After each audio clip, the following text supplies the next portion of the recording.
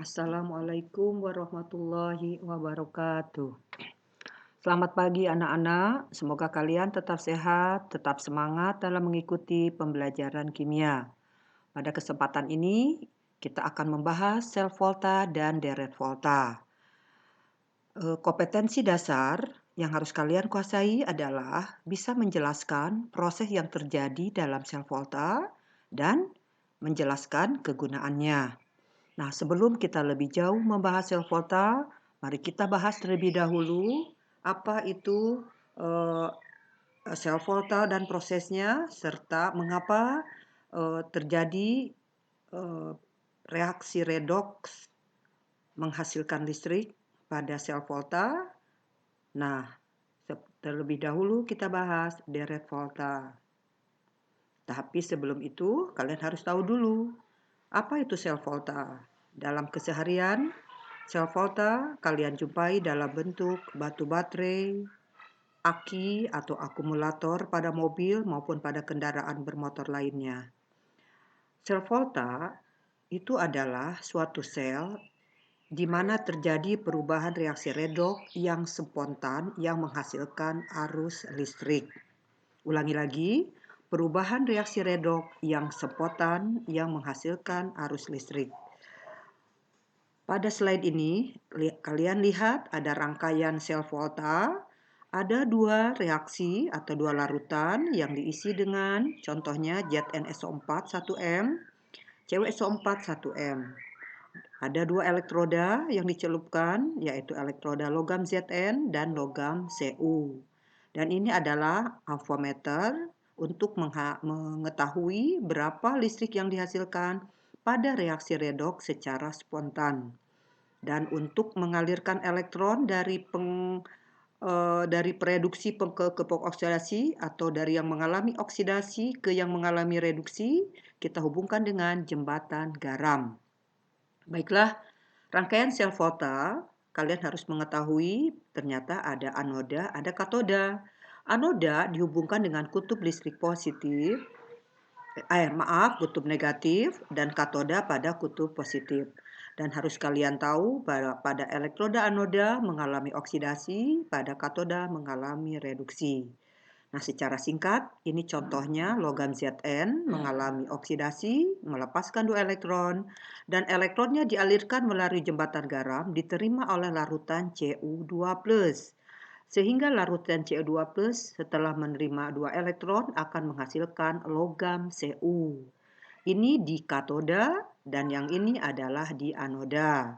Baik, kita lanjut. Bagaimana reaksi redoks pada sel volta itu bisa spontan? Kita perhatikan terlebih dahulu pada rangkaian yang tadi. Ini logam Zn, ini logam Cu. Logam Cu dihubungkan dengan positif dan Zn negatif. Zn teroksidasi anoda, Cu tereduksi katoda. Contohnya, reaksi spontan, Zn melepaskan dua elektron sehingga logam Zn lama-lama akan larut. Cu yang Cu2+ dari larutannya akan menangkap elektron dari Zn menghasilkan logam Cu. Jadi pada katoda dihasilkan logam Cu, pada anoda logam Zn akan teroksidasi menghasilkan larutan Zn2+. Terjadilah reaksi sel volta, Zn ditambah Cu2+ menghasilkan logam Cu ditambah larutan Zn2+. Hal ini berjalan spontan. Dan kalau terbalik, Cu dihubungkan dengan negatif dan Zn positif, reaksi tidak bisa berlangsung. Artinya, Cu tidak bisa dipaksa untuk melepaskan elektron, begitupun Zn. Artinya, hal ini tidak bisa berlangsung. Mengapa hal ini terjadi? Mengapa tidak bisa dibalik? Nah, sebelum kita lebih memahami mengapa tidak sembarang kutub negatif positif itu kita tempelkan pada logam-logam yang merupakan elektroda, kita harus memahami dulu apa itu deret volta. Deret volta itu adalah deretan yang menunjukkan kekuatan daya pereduksi terhadap ion logam atau deret pendesakan logam. Perhatikan di sini. Dari Li sampai dengan aurum.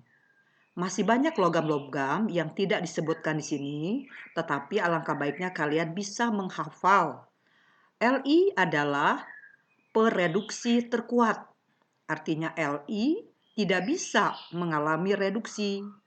Nah, aurum oksidator terkuat. Artinya aurum emas, logam mulia, tidak bisa mengalami oksidasi. Artinya litium bisa mendesak logam kalium dari larutannya, kalium bisa mendesak logam barium dari larutannya, dan seterusnya. Tetapi kalau dibalik tidak bisa. Contoh, aluminium tidak bisa mendesak ke dalam larutan Mg, artinya aluminium tidak bisa larut atau bereaksi ke dalam larutan Mg, larutan Na, larutan Ca, dan seterusnya. Tapi kalau litium itu bisa bereaksi dalam larutan kalium plus, barium 2 plus, Ca2 plus, dan seterusnya. Jadi Li reduktor terkuat, aurum oksidator terkuat. Dan ini H memberikan harga reduksi 0. Berarti di sebelah kanan H adalah oksidator kuat karena dia positif. Yang ini adalah negatif karena ada di sebelah kiri 0.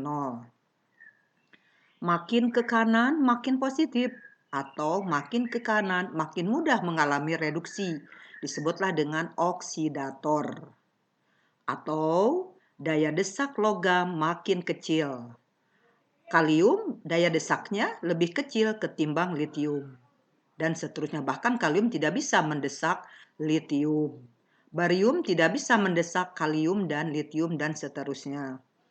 Tetapi logam Cu di sini seperti logam Zn bisa mendesak logam Cu dari larutannya seperti contoh yang ini. Tapi Cu tidak bisa mendesak logam Zn. Artinya logam Cu tidak bisa bereaksi ke dalam larutan Zn2+. Baiklah, kita lanjutkan lagi. Nah, deret volta itu ada harga-harganya, disebutlah dengan potensial elektroda standar. Artinya, jika logam yang tadi kita urutkan diukur atau dilakukan pada kondisi standar, yaitu pada suhu 25 derajat Celcius dengan konsentrasi ion-ionnya 1 molar dan tekanan 1 atmosfer, maka disebutlah potensial elektroda standar atau disebutnya potensial elektroda reduksi standar. Contohnya pada tabel 21 ini. Jika litium larutannya kita beri elektron menghasilkan logam Li, artinya ini reaksi oksidasi, reaksi reduksi menerima elektron, maka dia menghasilkan voltasenya min 3,04 volt, satuannya volt. Berarti makin ke Li makin kecil, berarti makin ke Li makin sukar mengalami reduksi. Artinya ini paling gampang mengalami oksidasi, karena disinilah reduksi katoda. Terus ini ada harga-harganya. Nah, paling besar adalah Ag, harusnya Au di sini, tapi tidak apa-apa. Pada tabel 2.1 Ag plus memegang peringkat tertinggi yang mudah mengalami reduksi karena ditunjukkan oleh harga potensial elektroda reduksi standar positif 0,8. Berarti logam aurum ada di atas Ag. Nah, makin besar potensial reduksi standar, makin kuat oksidatornya. Terbesar pada tabel 2.1 adalah Ag. Pada kenyataannya adalah logam mulia atau logam aurum. Nah, untuk latihan soalnya, lihat di sini. Berdasarkan tabel ini, tentukan reaksi spontan dan tidak spontan. Contoh, reaksi logam kalium dilarutkan dengan natrium plus menghasilkan K plus dan logam Na. Ini reaksinya spontan. Kalau dibalik, logam Na direaksikan dengan K+ seperti contoh di sini, ini tidak akan berjalan spontan, artinya tidak akan bereaksi. Nah, seperti Mg dengan Ca. Mg tidak mungkin bisa mendesak Ca, makanya reaksinya tidak spontan, artinya tidak bereaksi. Beda dengan Mg dan aluminium. Magnesium bisa mendesak logam-logam ada di kanannya. Al bisa terdesak oleh Mg sehingga terusir dari larutannya. Aluminium menjadi logam dan Mg menjadi larutan. Ini reaksinya spontan. Ulangi lagi, logam di sebelah kiri bisa mendesak logam di sebelah kanannya.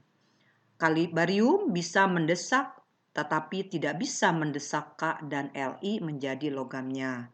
Apalagi aurum. Aurum tidak bisa mendesak semua logam ini menjadi logamnya.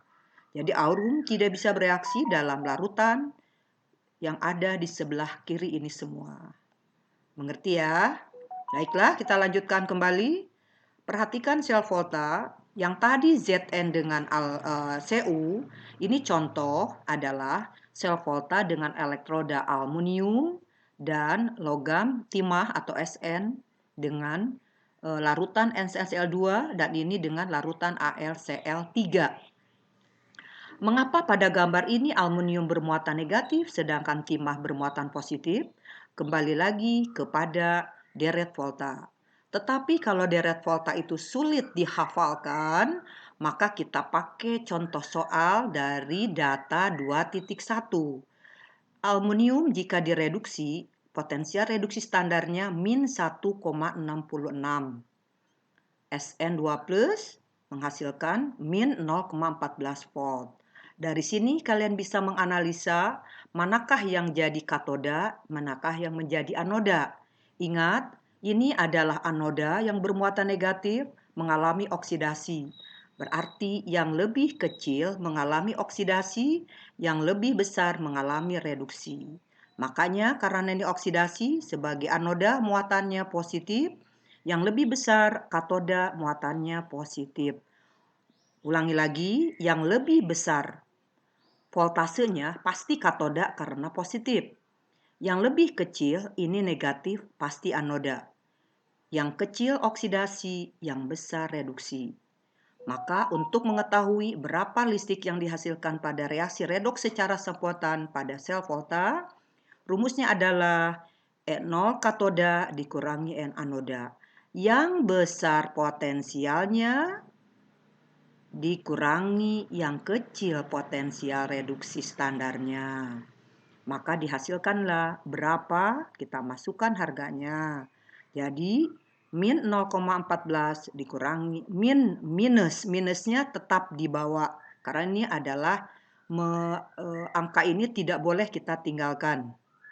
Nah, jadi kita masukkan ke dalam katoda yang ini minus, dihasilkan listrik jika Sn dengan aluminium, maka listrik yang dihasilkan positif 1,52 volt. Jadi arus listrik yang dihasilkan sebesar 1,52 volt jika dua elektroda aluminium dan timah.